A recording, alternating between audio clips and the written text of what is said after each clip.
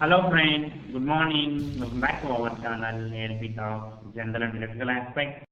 Today we have our guest, Mr. Parth with us. He is an electrical engineer pursuing his second year education. So in this video, in this web interview, we tried about EV chargers and their infrastructure. What is the situation in worldwide and little bit about India. So we discussed clearly about DC chargers, AC chargers, and their connectors. So what are the different process we are using for charging an electric vehicle? It may be DC or AC, dynamic or static, and some other aspects related to each, and some question and answer session. Yeah, it's quite interactive. Yeah, this video will be in two parts, part one and part two. Yeah, so please watch it. I hope this video will be helpful. It will give some good insight to you. It is not only for electrical engineers. Yeah, it is for everyone who are passionate about electric vehicles. You are all aware that Tesla also going to launch its a model in India. Another other manufacturer also is going to launch a vehicle. So it's good to know some good things, the different aspects related to e-vehicle, so charging stations and all.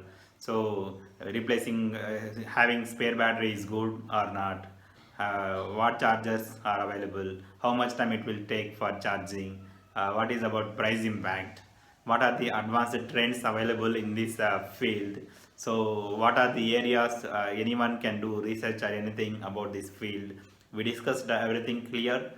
This is not the completion of this video. We are going to make a series of videos, so each case in a very detailed manner up to circuit level also.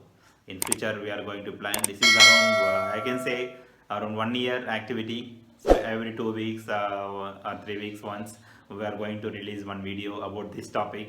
Yeah, stay connected, subscribe to this channel so that you don't miss any of the future videos. Thank you, keep watching this video. Sorry, I Yeah. Okay, okay. Are you okay? yeah. How Good, are you? good. Yeah, I am good. Good morning. Yeah, good morning. Yeah, welcome back to our channel, LB Talks. Yeah, yes. Yeah, nice, nice. So early morning, it's very cold here. Oh, Yeah. it's not that cold here. It's okay here. Okay, okay. We have so many plants are surrounding our house here, guest houses and all. So Ah, it's yeah. very, very cold to go outside. Yes. Okay, nice, nice, nice. Yeah. So a little bit about you. You just your where you Yeah. are, your name, and your educational background. Little bit you speak out. So my name is Parth Vaze, and I am from Thane. I am currently studying at PVG PVG CUIT, that is Pune Vidyarthi Gruhas College of Engineering Technology at Pune. Yeah. Uh, and I am currently in second year electrical engineering. Yes, yes, yes. Yeah. So today we are going to discuss one presentation, EV charging and the infrastructure and all. What are the facilities available today's as Yeah. of now? So he prepared one good presentation. We together Yeah. reviewed it. Yes, yes, Partha. It's nice. I'm just sharing the screen so that Yeah. we can discuss it. Yeah, Yes. so actually, can I share the screen because I think I made a little bit more changes after I sent it to you. Oh, that's good. You can share. Yeah, Nice. okay. Yeah, yeah. Actually, you have disabled the participant Yeah, screen yeah. share. I am checking. Yes, it's okay now. 1 second. Yeah, yeah.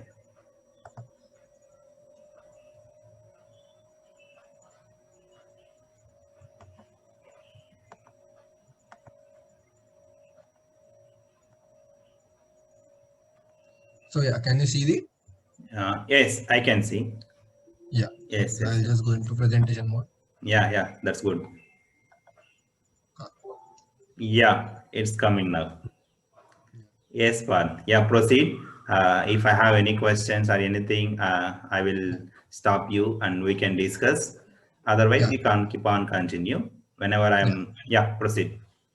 So essentially, this is a presentation on the electrical charging infrastructure that is available today. So as we all know, for electrical mobility, the most important part is that we have to have fast, reliable, and safe charging possibilities, so that we can have a smooth rollout and smooth progression of electric mobility throughout. Yes. Now, the basic problem is that drivers are very they will not consider electrical mobility reliable and comfortable unless there are charging facilities in predictable ranges. That means that if there are no charging facilities at regular intervals during the driving distances, then drivers will be hesitant to select electrical vehicles in the long run. That's Also, true. the investors for the charging infrastructures, they will require that they get quick and regular income after installation of the electrical charging infrastructure, so essentially, if I am setting up a electrical charging infrastructure, then they need that if I install it today, then in at least 6 months from now, they expect a regular income from that charging infrastructure. That's true. Now, so there are essentially various charging infrastructures that are being used throughout the world, and a lot of innovation is needed to ensure that we get very safe and affordable charging infrastructure. Because right now, Yes. the basic charging infrastructure is used throughout the world, but if we are to get fast and safe and reliable charging infrastructure, only then will we be able to go for the adoption of electrical vehicles throughout society. That's true. Yeah. Mm-hmm. Okay, so there are various methods of EV charging, and EVs are essentially, they contain battery packs which need to be charged from time to time, and these charges are used for the operation of the electric vehicles. That's true. So there are various ways to charge EVs. The most common ways are described here. So for the first way is the conductive charging, and it has two ways, AC and DC charge. Okay. The second way is the inductive charging. Inductive charging is essentially the transfer of power from the power supply to the EV via electromagnetic induction. Okay. Which is, and then the battery swapping is essentially that we have to switch out the battery, depleted battery from the car, and replace it with a newly charged battery. Yeah. Okay. So for conductive charging, as I said, there are two ways. So first one is AC conductive charging. So AC conductive charging essentially allows EVs to be charged by using inexpensive AC power directly from the grid. So essentially, we just put a small essentially AC charger directly connected to the grid and allow that is allowed to charge the electric vehicle. Okay. So AC charging essentially uses an onboard charger to convert AC power from the conventional AC grid to direct current or DC power. So essentially, as the battery is a direct current charge battery, we have to convert the AC power incoming from the grid into DC power. Yes. So, but the problem with this, not a problem, but as such, a limitation of this is that the onboard charger needs to be light and compact, because if it is heavier, then the electric vehicle becomes heavier, and we have to adjust that weight into the weight of the EV, which becomes expensive as we increase the weight. Yes. Generally, which one is the faster part? I mean, AC is fast or DC is fast? No, actually, AC is slower. So AC is a bit like maybe we can say 1.5 to 2 hours it might take for full charge. While DC we can go to 80% charge in 30 minutes. That is the most very fast. Yeah. But so I will discuss the DC part also in the coming slide. Yeah. Proceed. Yeah. So AC charger operation. So this is a basic schematic, as you can see, of the AC charger given here. So when the charging station and EV are first connected, the charge controller in the station should communicate with the EV. This will ensure that there is information transfer between EV and the charge controller regarding everything: connectivity, fault condition, and the current limits that are there for the particular EV. So essentially, all the information is exchanged in two-way method, so that there is a safe and reliable charging connection made between the between the EV vehicles and the outside charger. Now, essentially, when the AC power is provided to the EV, the onboard charger has a rectifier that converts the AC to DC power. Yes. So initial power is converted from AC to DC. then the power control unit is appropriately adjust the voltage. So again, we have a DC-DC converter which which converts the incoming DC voltage to an appropriate level according to the battery management system. So battery management system is essentially the brain of the electric vehicle. Yes. It ensures that every every battery, the entire battery pack is heated cooled and heated properly. There are appropriate temperature levels, appropriate current levels, and appropriate voltage levels are maintained throughout the battery pack. That is the most important function of the BMS. But in turn, it also controls the power control unit and ensures that the incoming power and essentially incoming power is adjusted according to the requirements of the battery.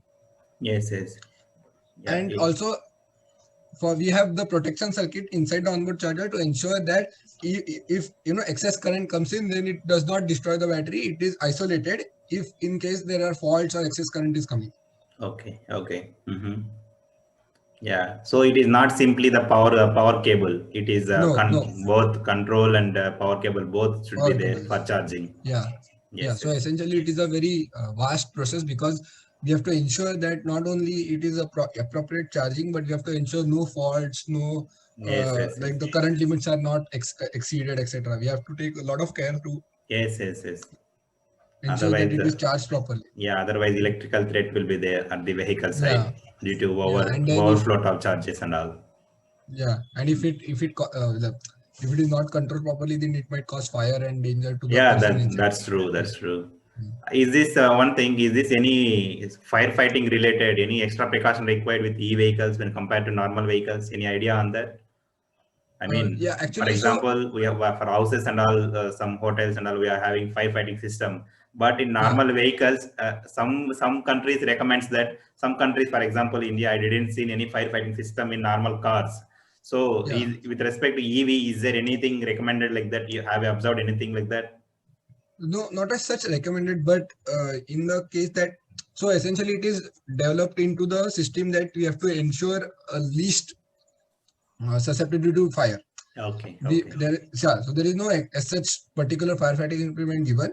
Maybe in the future, when we research more into the dangers of EVs, maybe might be a point of emphasis. But right now, it is essentially that we have to ensure that least amount of electrically, and actually there is an advantage for this also for EV, because in what you say, ICE vehicles, that is internal combustion engine vehicles, you have to ensure that there is no fire threat in the engine also and electrically also. Like there are two systems continuously working together, but here there is only one system. It is easier to ensure that there is a fire safety. Yeah. Good. Proceed. Okay. So the EV and so AC so essentially we require different types of chargers to be used for AC charging. Yes. Now, so the EV industry has not agreed on one specific AC connector, because there are different car brands and different countries use different connector sizes, shapes, and pins. Yes. And the main reason is that there are different AC voltage and frequencies used all throughout the world. Yes. So generally an AC connector has two or more larger pins to transmit the power, and some smaller pins for communication. Okay. So the different types are given here. So the type 1 is mostly used in US and Japan. I'll just show you the pictures after the slide. The type 2 connector is mostly used in Europe, and it is used for so in Europe it also is used by the Tesla cars. The type 3 was used in Europe previously, but now is being phased out by the type 2 connectors. Now the Tesla cars use their proprietary charger in the US, not in Europe. In Europe, they use the type 2 connector, and China has its own standard for AC charging, which is similar to type 2. Okay. So as you can see here, these are used in North America, Japan. These are both type 1, the same use, EU and the rest of market. So this connector is used for Tesla also in EU. It not outside, and this is used in China, and Tesla uses this for AC as well as DC charging, as you will see in the and this is used for all markets except EU. Yeah, it is similar to the plug sockets are different in every country. So Yeah. something like that only. It seems all are different. Yeah. Yeah. Only Proceed. Tesla, because it has developed its proprietary, it is able to use it properly Yeah, for AC as well as DC charging. yeah. It's a Tesla very application is like that, both AC and yeah, DC. So they yeah, made suitable to anything.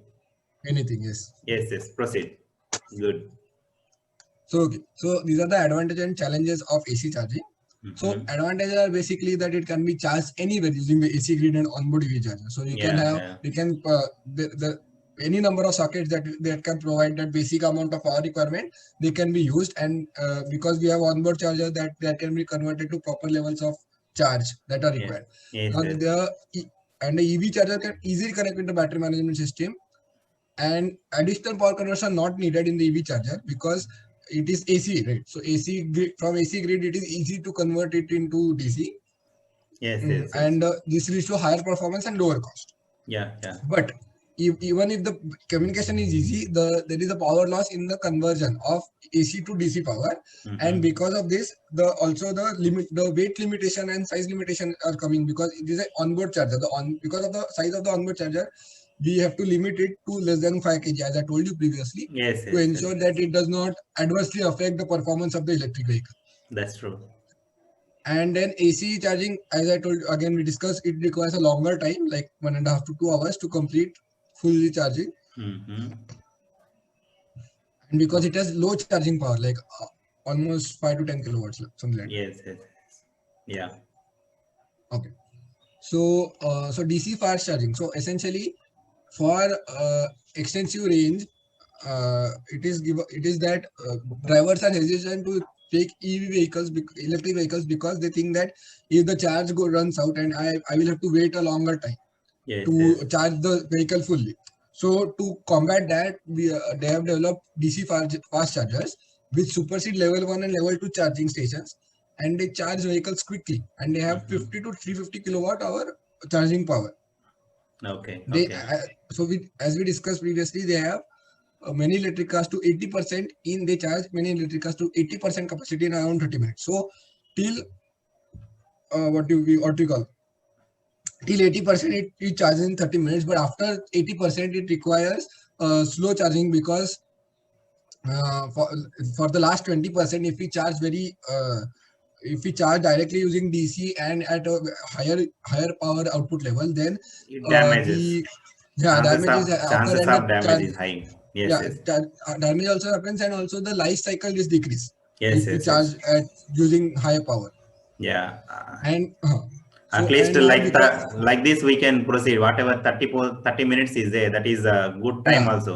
Somewhere we can good time, stop for hot tiffin, tea or break or something. yeah, Meanwhile, it is getting charged. We don't need charges, complete 100% also. What is the meaning yeah. of keeping 100 or 80? We can go for 80 also. Yeah, Yeah, that's actually, generally speaking, we should ensure that any electric should be charged till 80% also, only, yeah. because then the life cycle is increased. Because there are particular, if 0 to 100, if we do this continuously, then the battery is reducing, the life cycle reduces very fast. It is Yes. important to ensure that the optimum charging is between 20 to 80% to ensure extended life cycle. That's true.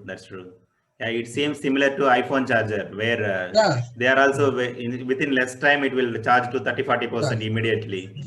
Yeah. Yeah. Proceed.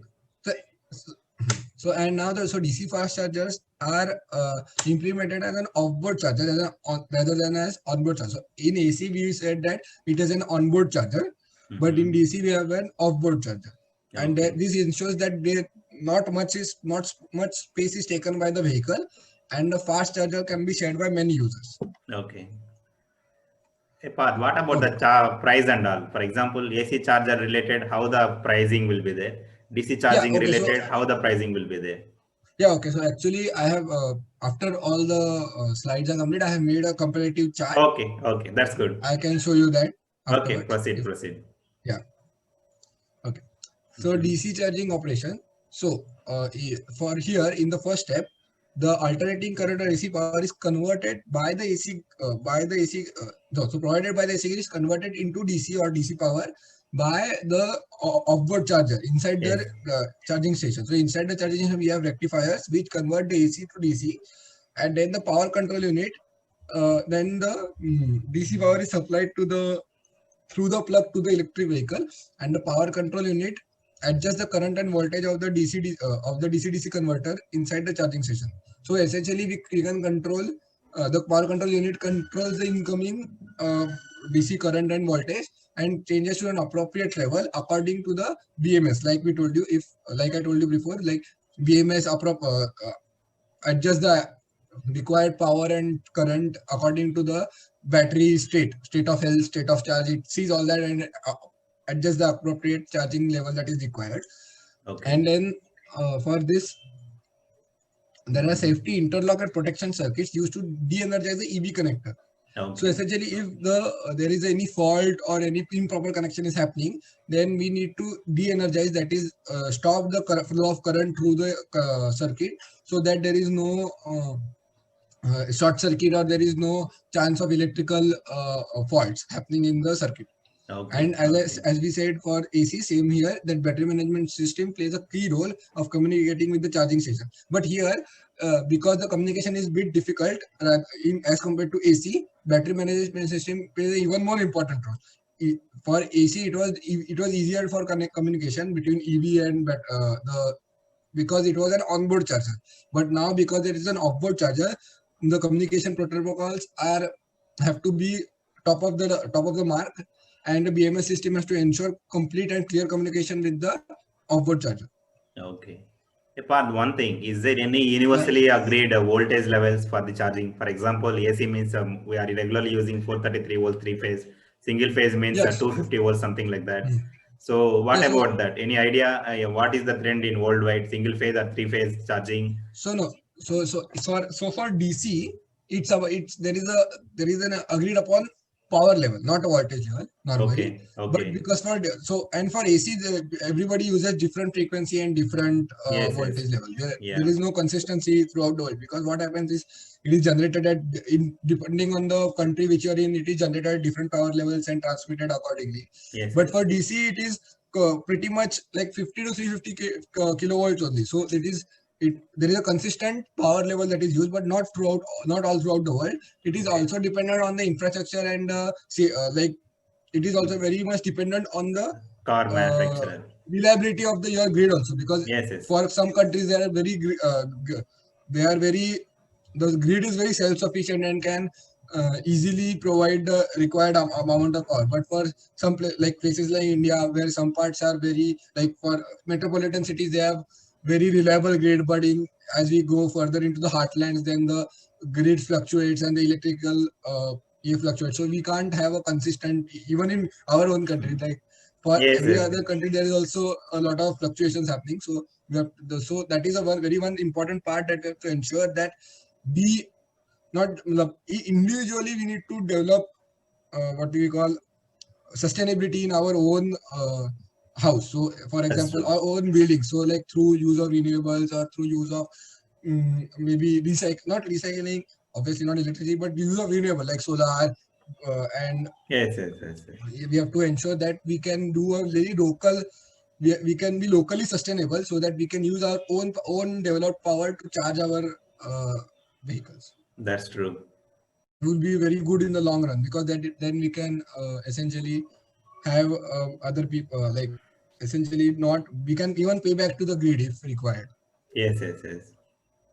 Yeah, proceed. Yeah. So there are 5 types of DC chargers using charging connectors used globally.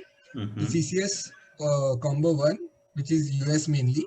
CCS Combo 2, which is mainly used in Europe. The CHAdeMO is essentially it is essentially used by cars built for Japanese automakers. Now the Tesla DC and DC connector, it is used for AC charging as well, as I told you in the previous discussion also. Yes. And China also has their own DC connector based on the GB/T standard. Yes, their own local standard. Yeah. So this is the Chinese one. This is North America. This is the Japan one. this is EU, and Tesla uses their own for all markets except EU, as we discussed for like Yeah. in previous. So like for I think for EU, Tesla did not get their maybe did not get the permission, or maybe while discussion they started that it's better to use the internal one only. But Okay. normally they use this for all markets. So even if there was news that Tesla is coming to India, maybe even if they come to India and they get a permission for the charging. They get permission. They might use this, or they might use our new Bharat Yeah. Bharat Yes. Yeah. That depends. Bharat standard. Yeah, that depends on the permission that they get for this Yes. country. Yes. Yeah. Good. Proceed. Yeah. So these are the advantages and the challenges. So advantages is essentially that it can be designed with either high or low charging rate, and it is not limited in weight and size. Because it is used as an offboard charger, we can have heavy offboard charger also, or light also. It depends on your use, and it depends on how many people are using it, etc. Yes. Now Yes. the DC charging with high power also requires a very low charging time. As I said, 30 minutes for 80% of charge. That's true. Now the challenge is that it is higher investment for installation of charger when compared to SA. Like you were asking, right, about the Yes. everything. Yeah. So this is we require higher investment for installation. Now there is adverse impact on power system, because if we demand high power and on the grid, and especially at peak hours, then it might not be able to provide that high power, and therefore, like I said, we need to be locally sustainable. And since the offboard chargers and BMS are physically separated, reliable communication is important to ensure correct charging conditions. So, like, because they're physically separated, the BMS and offboard charger, we need to ensure that the communication protocols are up to the mark, and there is not even a single bit of information missing from the communication to ensure Yes. perfect connectivity. Yes. Yeah. Okay. So inductive charging. Now this is the next charging protocol, and in inductive charging there are two types: static and dynamic. So this is the static charging part. So the main idea behind inductive charging is the use of electromagnetic link coils. So as you can see in the picture, the electromagnetic induction is happening place. Taking place. Sorry. Yes. So the primary coil is placed on the road surface in a pad-like construction linked to the electricity network. So this primary coil is placed inside the road, and the secondary coil is placed either on the bottom of the road or on bottom of the car, or top of the car, depending on the placement of the secondary coil. So now the 50 hertz AC power from the grid is rectified to DC and is then converted to high frequency AC power within the offboard charger. So, and then this high frequency power is transferred to the EV side by electromagnetic induction. So this primary and secondary coils are linked, and the magnetic flux linked by magnetic flux. The magnetic flux linked essentially, and by electromagnetic induction, like as they use in transformer for transferring the power. Same way it is used here, but this is used for charging the battery rather. And when we get the AC power on the secondary coil, that AC power is converted to DC by internal rectifier, and it is used to charge the EV using the onboard charger. Okay, it is Wi-Fi charging like that. Yeah, so without wireless charging. Yes, wireless charging like that. Yeah, I think this is also mostly in Japanese. I think so. Is it implemented or under development like that? So it is implemented, but it is still under it is being implemented, but at a very low scale, because there are a lot of research points going on here. So there are quite a few challenges. I'll discuss in the next slide. Yeah.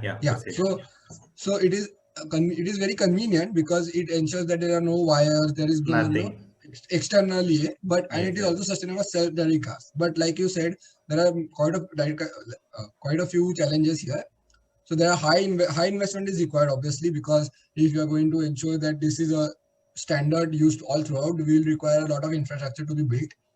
Now, the limited space and weight of charge pads. So when we use the charge pads, we have to ensure that it does not increase the weight of the EV, or otherwise then the EV power the electric vehicle will become far heavier. The misalignment tolerance between the charge pad, misalignment tolerance between the charge pad and the vehicle is low. So essentially, if the charge pad and the vehicle is misaligned, then the problem will be that it is not it will not charge properly, and there may be a leakage of the leakage of the flux. And if there is a leakage, then the power loss is extreme. Yes, yes. So like we said, the power loss is relatively lower efficiency than conductive charging. So That's the true. efficiency of power transfer is very low as compared to conductive charging and electromagnetic radiation exposure. So there is a if for example if there is some leakage flux that is happening, then we as the drivers of the car might get exposed to electromagnetic radiation, Yes, yes. which is harmful in the long run for our health. Yeah, this is the last one is the most point we have to take care, Yeah, so that it is not getting affecting anybody. yeah. Yeah. So that is the research that is going on. We have to ensure that we have sufficient padding in the sense that protective Shielding layers, is required. yeah, shielding and protective layers are there properly kept, and they have to also ensure that there is no leakage, because if there is leakage, then a lot of losses will take place. So Yes, yes, both ways yes. they are working. So there is a lot of research going on in this Yes, yes. It is field. very huge area for research. Now, so another way is to charge a car wirelessly is called dynamic charging. Thank you, friends. This is about this part one. For continuation, please watch part two of this web interview.